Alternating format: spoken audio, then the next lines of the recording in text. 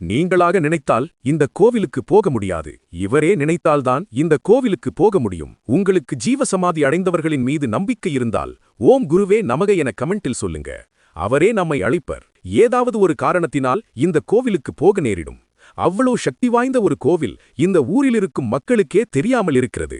ஆனால் பிரபலங்கள் மறைமுகமாக ரகசியமாக இந்த கோவிலுக்கு வந்து செல்கின்றார்கள். இந்த கோவிலுக்கு வந்து சென்றாலே வாழ்வில் மிகப்பெரிய மாற்றங்கள் நடக்கின்றன. முக்கியமாக குழந்தை வரம் வேண்டுபவர்கள் இங்கு வந்து வேண்டிக் கொண்டால் வேண்டிய அனைத்தும் உடனே நிறைவேற்றித் தருகிறார் இவர். கிணற்றிலிருக்கும் தண்ணீருக்குள் ஜலசமாதி அடைந்த இவர் இந்த கோவிலுக்கு வருபவர்களுக்கு இங்கிருந்தே அருள்பாலிக்கிறார். இங்கு கோவிலுக்கு வரும் பக்தர்களின் கனவில் வந்து தனக்கு என்ன நெய்வேத்தியம் வைக்க வேண்டும் என கூறுகிறார். அதன்படி பிஸ்கெட், பொங்கல், பால், பழம் என நெய்வேத்தியங்கள் வைக்கின்றனர்.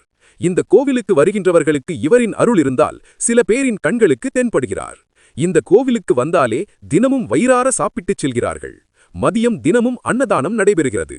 7 வாரம் தொடர்ந்து வந்து 7 விளக்கு ஏற்றி வைத்தால் இங்கு வந்து என்ன வேண்டுதல் வைத்தாலும் அப்படியே கனகச்சிதமாக நிறைவேற்றி தருகிறார். இந்த கோவில் எங்கு இருக்குன்னு தெரிஞ்சிக்கணும் என்றால் கமெண்டில் சொல்லுங்க. மறக்காம சேனலை சப்ஸ்கிரைப் பண்ணிக்கோங்க.